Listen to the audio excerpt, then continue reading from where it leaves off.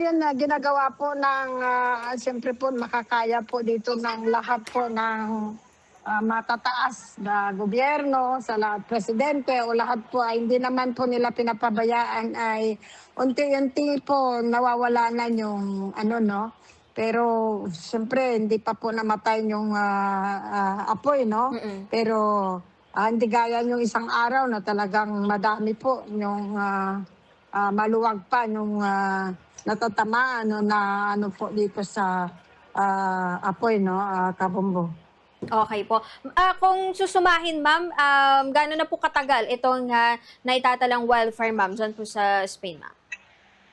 More than 2 weeks na po ngayon. So, medyo matagal na rin. Mm. Kasi, ngayon, mayroon pang ibang, nadamay na naman na nasunog. So, imbes na, mawawala, eh, nadadagdagan. So, gano'n.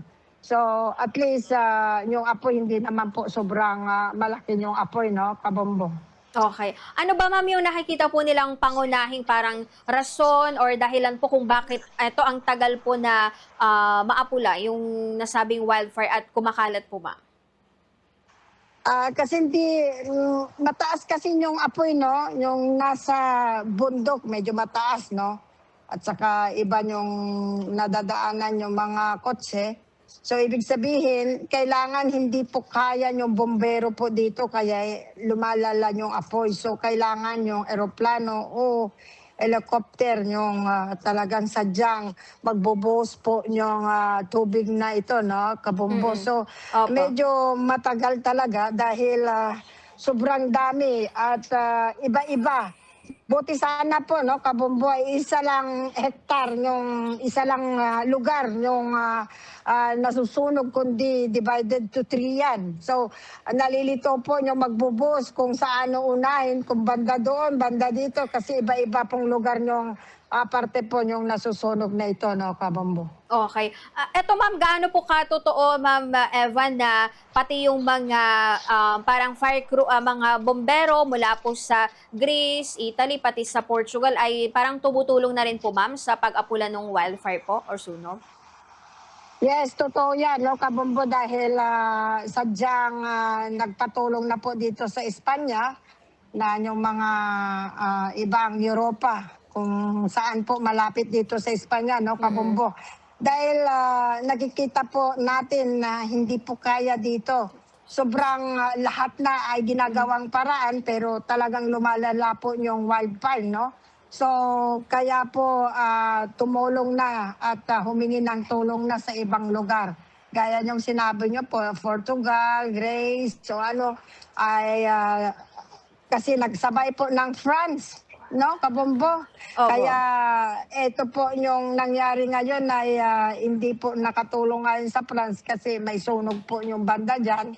Kaya dito lang sa bandang malapit ng Espanya, dito lang po talaga yung sunog 'no, Kabombo. Okey po. Ma'am, kamusta po sa ngayon sa may parte po ng, Guadalajara, dun pa rin ba ma'am yung may pinakamalawak sa ngayon na apektado nung sunog po?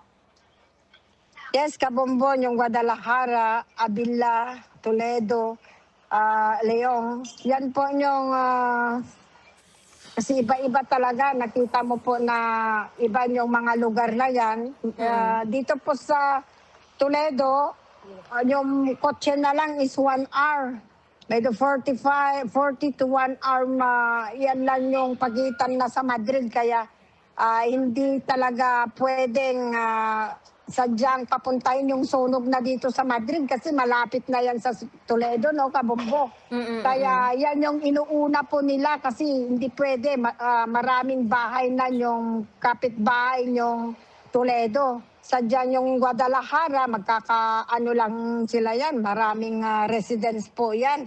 Kaya grabe yung nawalan ng bahay. Sadyang buwan pa po ng bakasyon, eh paano yung may bahay dyan, eh nasa ibang lugar.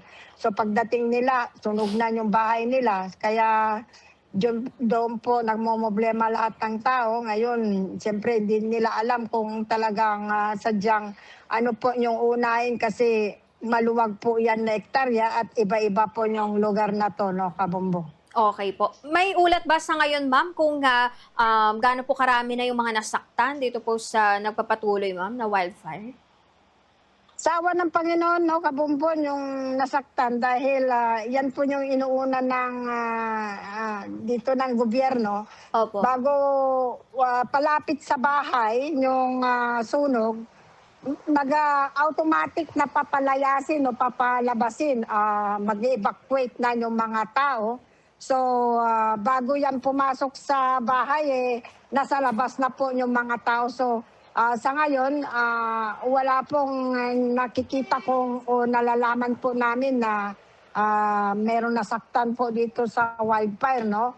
Sadyang meron po talaga silang part o bandang lugar na doon sila nag-evacuate. So, nandun po yung mga tao. So, yung mga may pamilya, pupunta po sa may pamilya.